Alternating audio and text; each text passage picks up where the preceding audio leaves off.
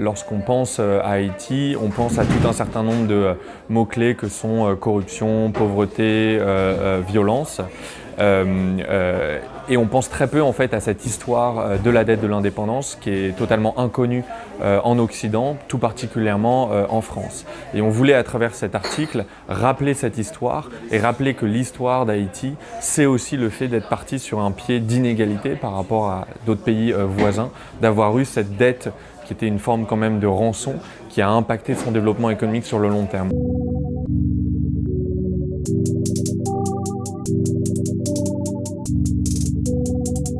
Alors, j'imagine que vous avez quand même découvert des choses auxquelles vous ne vous attendiez pas. Par exemple, qu'est-ce qui vous a été qu'est-ce qui vous a le plus surpris dans cette enquête? Moi, plusieurs choses. La première, c'est à quel point le paiement de cette indemnité a été au cœur des relations franco-haïtiennes pendant des décennies, si ce n'est même au moins un siècle.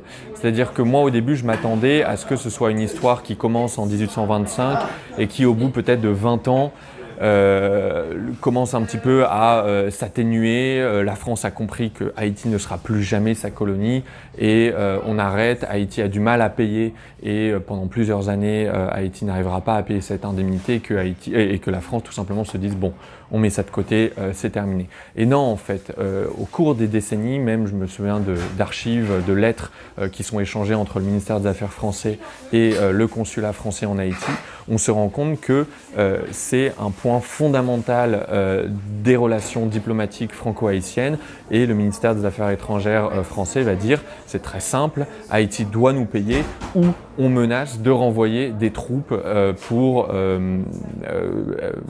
entrer peut-être dans un état qui pourrait être celui de la guerre avec Haïti. Donc c'est vraiment une histoire qui va être très importante tout au long du 19e siècle et en partie au début du 20e siècle parce qu'il y a justement ces effets à long terme des emprunts et des intérêts qui vont être payés plus ou moins directement liés avec cette dette et qui vont encore marquer cette relation franco-haïtienne. Ça m'a vraiment frappé.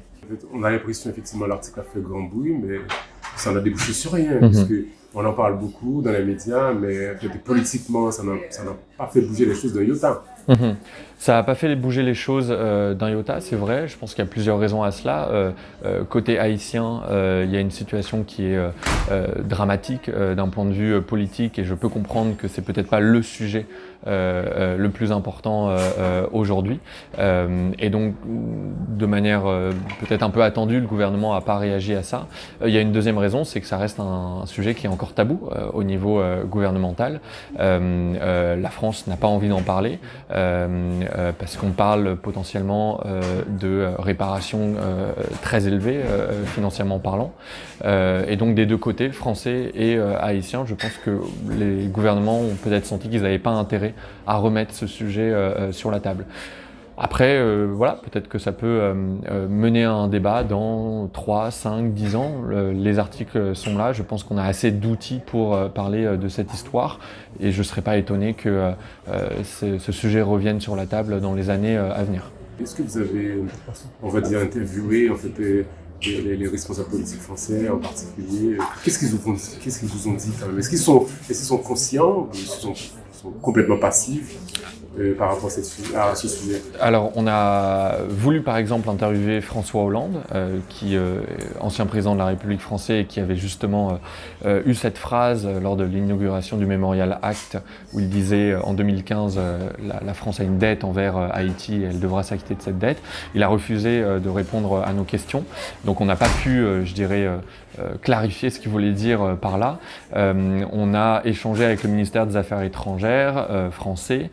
La position du ministère des Affaires étrangères, c'est que c'est un non-sujet, que ce sujet a été clos depuis bien longtemps avec le remboursement de la dette et que la France aide Haïti de manière conséquente d'un point de vue notamment humanitaire. Voilà, on n'a pas pu avoir beaucoup plus de réponses là-dessus.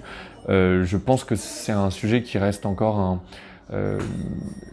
quelque chose qui est oublié, quelque chose qui n'est pas raconté, quelque chose qui est de l'ordre un petit peu du tabou.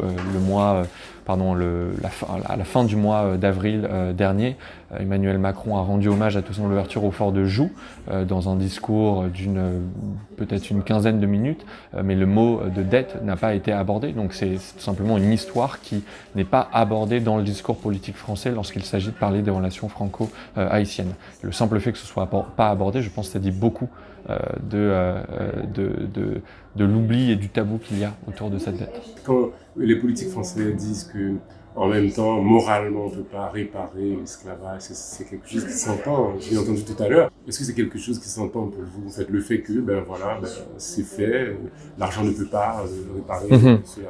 En fait, je pense que c'est pas mon rôle de dire s'il doit y avoir des réparations financières ou pas. C'est absolument pas mon rôle de journaliste.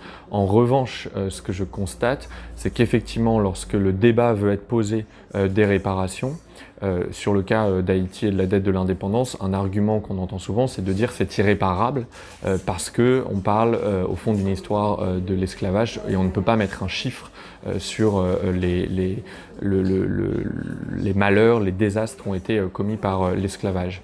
Or, effectivement, il y a, et c'est rappelé par cet auteur américain Ta-Nehisi Coates dans un article qui s'appelle The Case for Reparations, qui est qu'il y a quand même un précédent qui est celui de l'Holocauste, de la Shoah, quelque chose qui est également considéré comme réparable à juste raison, mais il explique très bien que ce n'est pas parce que c'est considéré comme irréparable moralement qu'il ne peut pas pour autant y avoir des réparations financières. Et c'est ce qui s'est passé dans le cas de la Shoah, où l'Allemagne a de fait engagé des réparations financières vis-à-vis des descendants des victimes de la Shoah. Donc ce que je veux dire par là, c'est qu'il ne me semble pas que les deux sont opposables. Il y a effectivement une forme d'irréparabilité, si je puis dire, sur la longue histoire de l'esclavage. Ça ne veut pas dire qu'on ne peut pas avoir aussi des réparations financières. C'est ce que montre à mon avis l'exemple de la Shoah. Ensuite, pour ce qui est de se dire si dans le cas d'Haïti, il doit y avoir des réparations financières, là c'est au niveau politique qu'il faut que ces choses-là se débattent.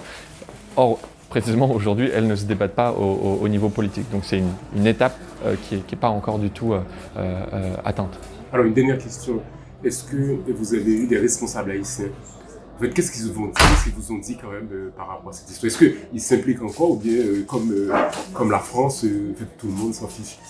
On n'a pas eu de réponse effectivement du gouvernement haïtien là-dessus, mais il faut aussi remettre les choses en contexte. Notre article, il est paru un petit peu moins d'un an après l'assassinat de l'ancien président haïtien Jovenel Moïse. Donc la situation politique, elle est très compliquée en Haïti. Comme je l'ai dit tout à l'heure, je pense que c'est pas le premier sujet sur la table pour eux. En revanche, c'est vrai que c'est notable qu'une fois l'article paru, il n'y a pas eu de réaction au niveau officiel. Est-ce que ça veut dire qu'ils s'en fichent? Je ne sais pas. Si on peut dire ça, ça peut dire que c'est pas le sujet le plus important pour eux. Ça veut dire que c'est un sujet qui est très sensible aussi, parce que ça implique la France et qu'aujourd'hui la France soutient plus ou moins le gouvernement actuel en Haïti, et donc logiquement il n'aurait peut-être pas envie de se mettre en porte-à-faux vis-à-vis du gouvernement français. Je pense que c'est un sujet qui est complexe et qui prendra plusieurs années avant que le gouvernement haïtien puisse peut-être le remettre sur la table.